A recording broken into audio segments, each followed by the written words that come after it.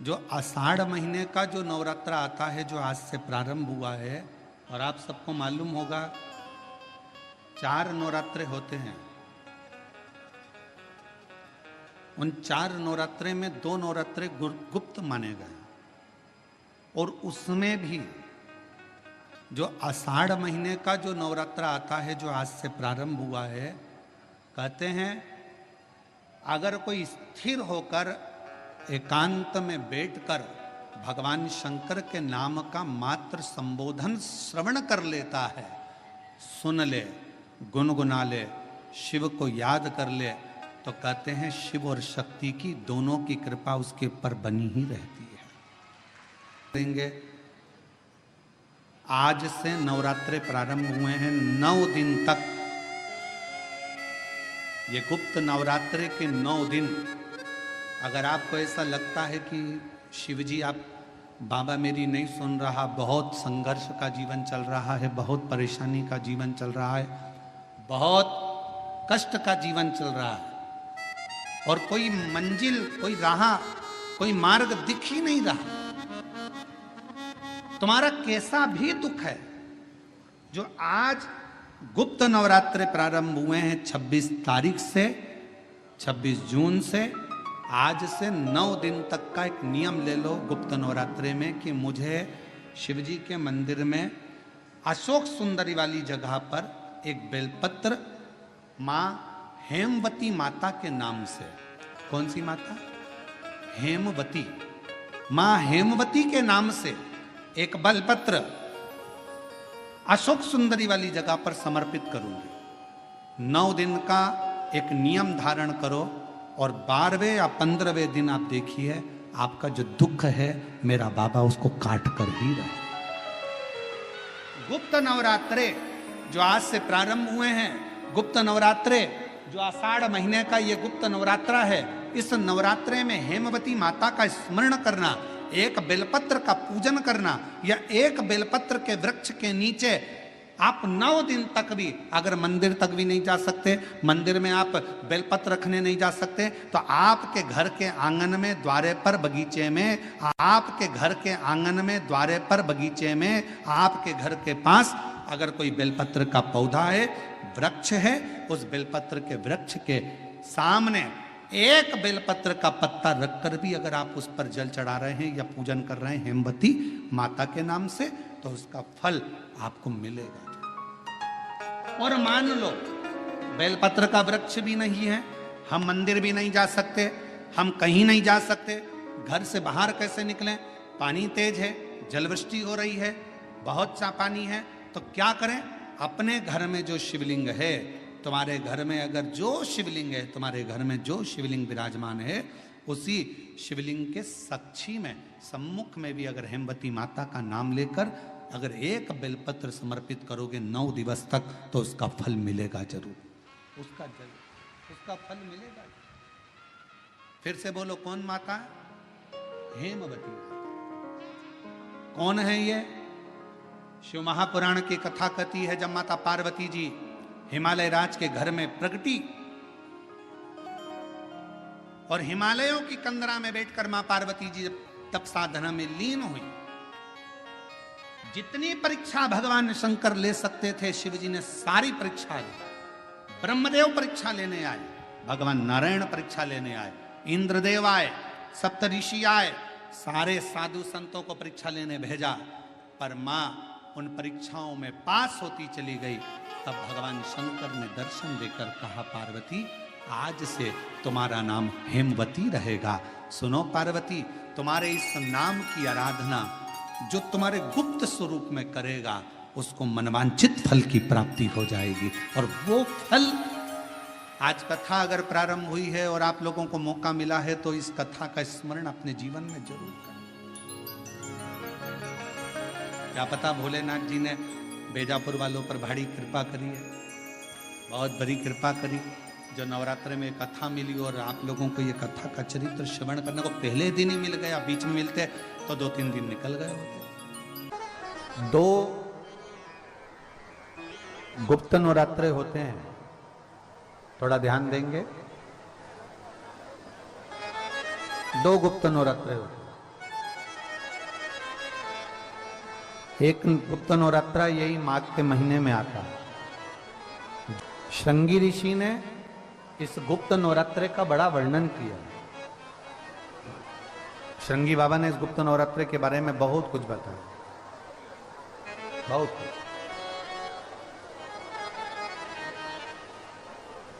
श्रृंगी बाबा गुप्त नवरात्रे के लिए कहते हैं कि अगर इस गुप्त नवरात्रे के अंतर्गत 9 लाल फूल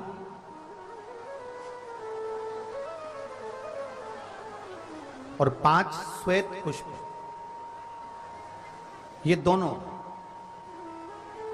लोग कहते हैं गुप्त नवरात्रे में हम देवी की आराधना करें, गुप्त नवरात्रे में हम भगवान की आराधना करें, पर शिव महापुराण की कथा कर रही है, भगवान शंकर का चरित्र कथा है। अगर आपने देवी भागवत का स्मरण किया हो या भगवान शिव की एक पवित्र आनंदमय कथा स्कंद पुराण के काशी खंड में अगर सुनी हो या उसमें भी नहीं पढ़ पाए हो, तो श्रृंगी ऋषि के चरित्र में आता है। श्रृंगी बाबा ने वर्णन किया है कि किसी भी स्थान पर,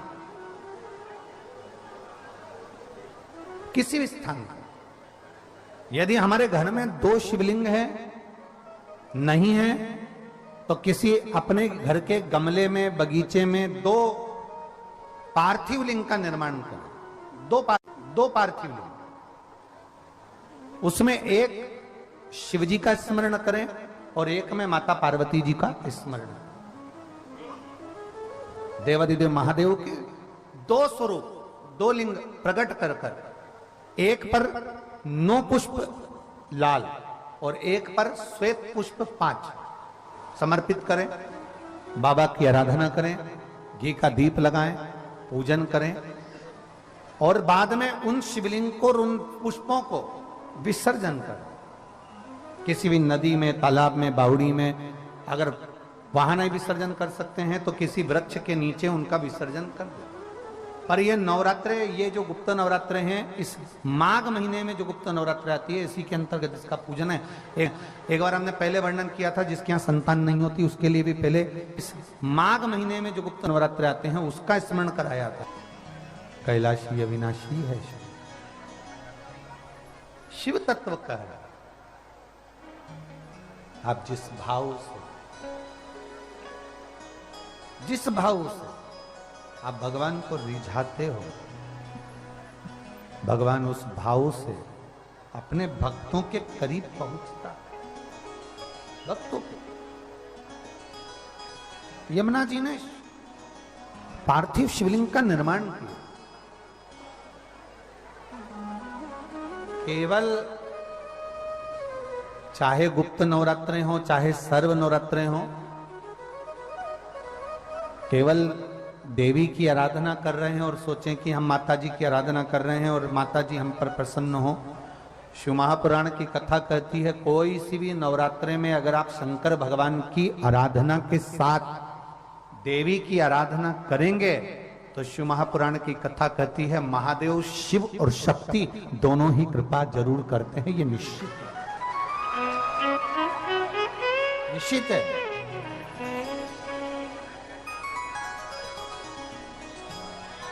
केवल एक शिव की आराधना कर लेना या शक्ति की आराधना कर लेना, हम शिव और शक्ति की दोनों की आराधना एक साथ करें। हम शिव और शक्ति की दोनों की आराधना, दोनों की आराधना। और हम तो दिन भी मौका लग जाए, कभी नवरात्रे पड़े, चाहे गुप्त नवरात्रे हो, चाहे संपूर्ण विश्व को ज्ञात चैत्री और कुमार के नवरात्रे हो,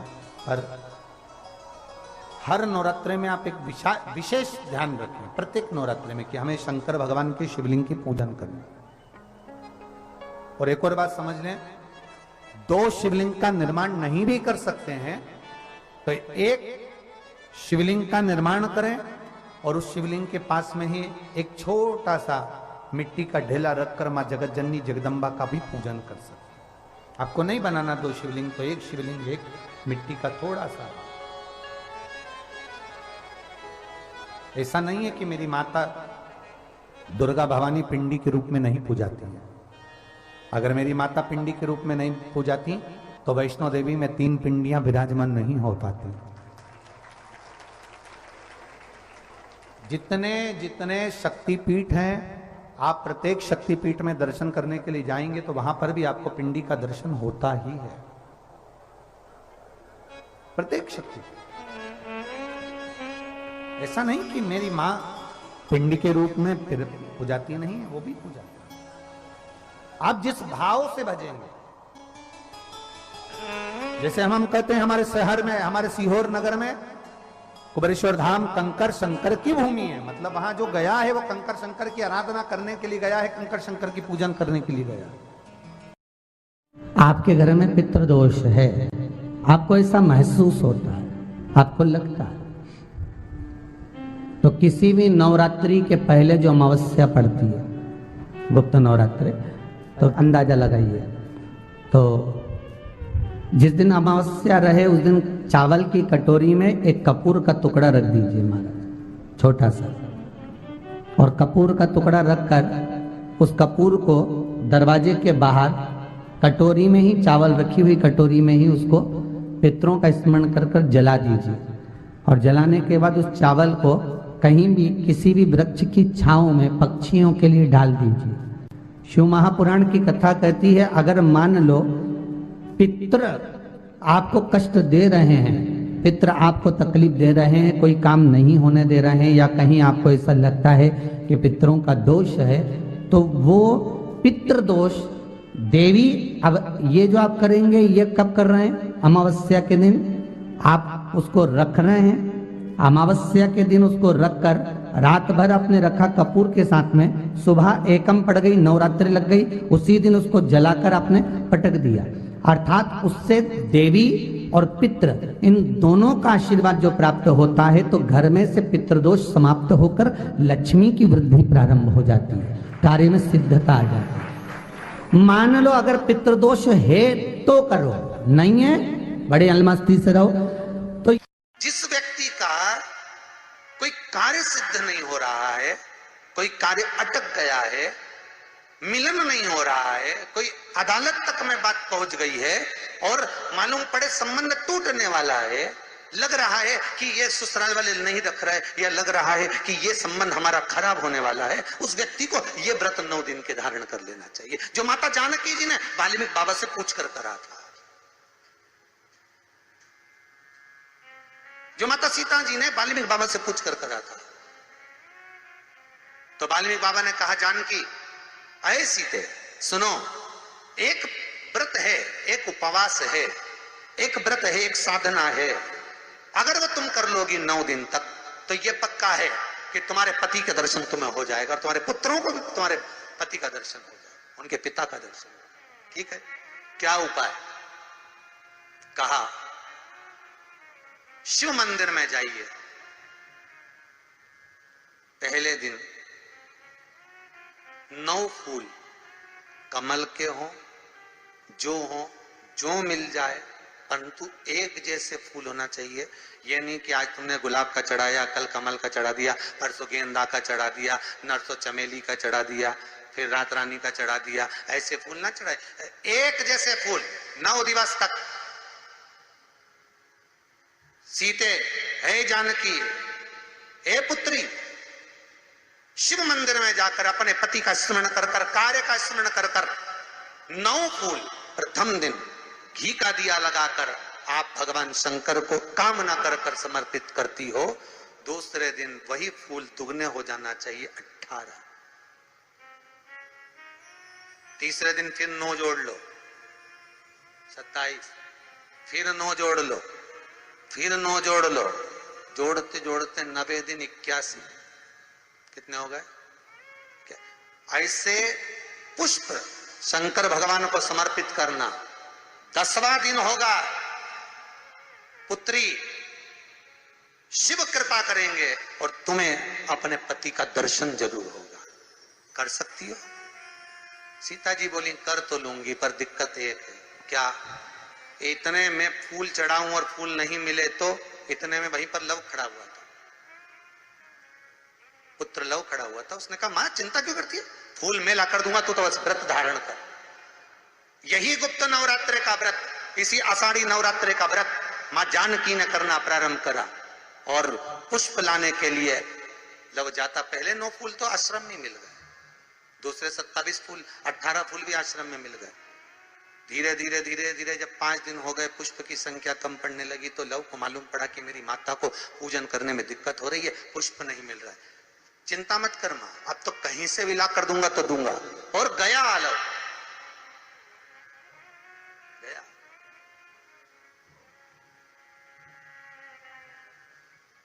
अयोध्या में पहुंच गए, जहां एक सुंदर सा सरोवर था। सरोवर के दरवाजे पर द्वारपाल खड़े हुए थे, अंदर नहीं जाने दिया। मुझे जाने दो, मुझे पुष्प चाहिए, मेरी माता पूजन कर रही।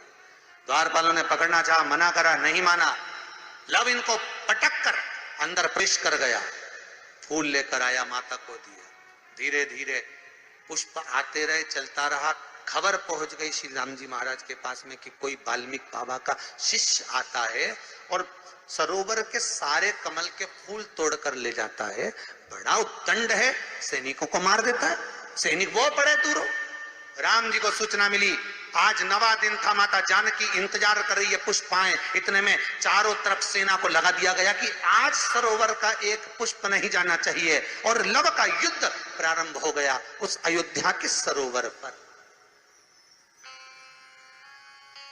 अंत में सबको पटक कर लव 81 फूल लेकर पहुंचे और मां से कहा, मां आज आखिरी का दिन है, शिव को रिझा ले। और माता ने शंकर भगवान को फूल चढ़ाया।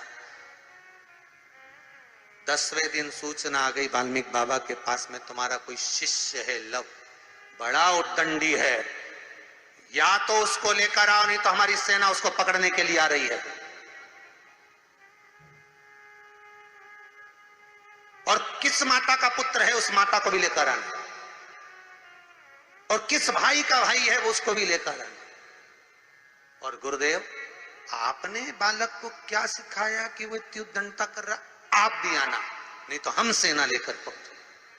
वाल्मीकि बाबा ने लिखकर पहुंचा दिया, चिंता मत करो, हम पूरे ही आएंगे। वाल्मीकि बाबा को तो मालूम था व्रत पूरा हो चुका है, तो दर्शन तो होना ही है, भले कैसे भी हो, भले लड़ाई से हो, विवाद से हो, पर खबर तो आ गई ना, समझौता की कड़ी तो जुड़ गई ना। भगवान वाल्मीकि बाबा समझ गए, सीता जी से कह दिया तेरा व्रत पूर्ण हो गया बेटा, अब तू कल तैयारी कर चलने की। और लव को लेकर पहुंचे, सीता जी को देखा, पुत्रों का स्मरण करा, राम जी के नैनों से जल बह गया। वाल्मीकि बाबा सीता से कहते हैं, इसको कहते हैं साधना, इसको कहते हैं तप, इसको कहते हैं साधना। आप भी कर सकते हो। आनंद रामायण का ये प्रसंग वर्णन करता है कि हम भी क्यों ना कर सकते। गुप्त नवरात्रे चालू हो गए, गुप्त नवरात्र करो, आराधना, कुछ नहीं तो एक फूल तो शंकर को चढ़ाना चालू करो, कम से कम एक पुष्प तो चढ़ाओ। जिसको लगता है कि मेरे परिवार में कोई दूसरा व्यक्ति हस्तक्षेप कर रहा है, या मेरा पति किसी पर नारी के साथ में रह रहा है, या नारी किसी पर पुरुष के साथ में रह रही है, तो माखन थोड़ा सा प्रतिदिन मां जगत जननी के मंदिर में अवश्य समर्पित करें। 9 दिन तक समर्पित करोगे, कैसा भी दोष होगा, कैसे भी ग्रह होंगे, वो सब हट जाएंगे और जीव आपका होगा। ये वो नवरात्र है जिसमें प्रेम आनंद बढ़ता है, स्नेह बढ़ता है। ये वो नवरात्र,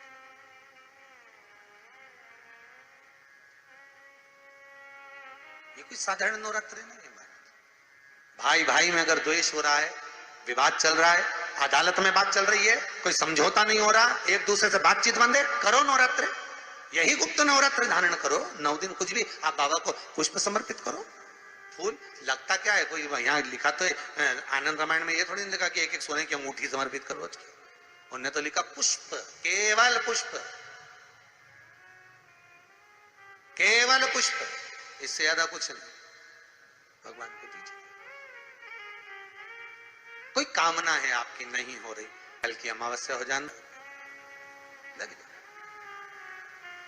बाबा को रिझाओ, उसको मनाने का प्रयास करो, प्रकट हो।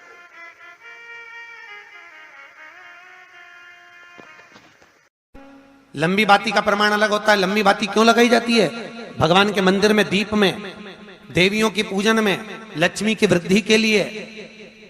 कौन से देवता के यहाँ लंबी बत्ती लगती है और कौन से देवता के यहाँ गोल बत्ती लगती है, उसका भी प्रमाण वर्णन। किसी देवी की पूजन करो तो लंबी बत्ती आती है, कुल देवता की पूजन करो तो लंबी बत्ती आती है। किसी मंदिर में किसी देवता को लगाने जाओ तो गोल बत्ती लगती है, उसका भी प्रमाण है। लंबी बत्ती जहां लगाई है, अगर लक्ष्मी के सामने लगाई है तो लक्ष्मी की लंबाई बढ़ती है, लक्ष्मी की वृद्धि बढ़ती है। अगर कुल देवता के नाम की लगाई है तो वंश की वृद्धि होती है। इसलिए हमारे यहाँ अमावस्या पूनम को जो पाटे वाटे भराते हैं उसमें गोल बत्ती नहीं लंबी लगाई जाती है, जिससे हमारा वंश बढ़े। नवरात्रे में देवी जी की जो बाती लगाई जाती है वो लंबी लगाई जाती है, गोल नहीं। क्यों? क्योंकि जिससे माँ हम पर कृपा बनाकर रखे, हमारा वंश खूब बढ़े, हमारे यहाँ लक्ष्मी की वृद्धि हो। स्थिर बाती, गोल बाती लगाई जाती है ब्रह्मा के मंदिर में, इंद्र के मंदिर में, देवता के मंदिर में। तुलसी के सम्मुख में लंबी बाती नहीं लगती, तुलसी के सम्मुख में गोल बाती लगाई जाती है महाराज, जिससे स्थिरता का भाव केंद्रित हो। स्थिरता का भाव क्यों?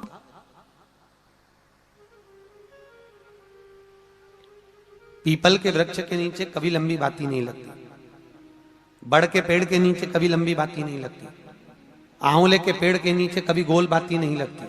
आंवले के वृक्ष के नीचे लंबी बाती लगना चाहिए, धन की वृद्धि, सुख समृद्धि। तुलसी के पौधे के नीचे लंबी नहीं लगती, गोल बाती लगती। बातियों का भी प्रमाण। वीडियो में अंत तक बने रहने के लिए आपका बहुत बहुत शुक्रिया। यदि आपको वीडियो अच्छी लगी हो तो प्लीज़ मेरे चैनल को सब्सक्राइब करें, वीडियो को लाइक करें और कमेंट में हर हर महादेव ज़रूर लिखें। Thanks for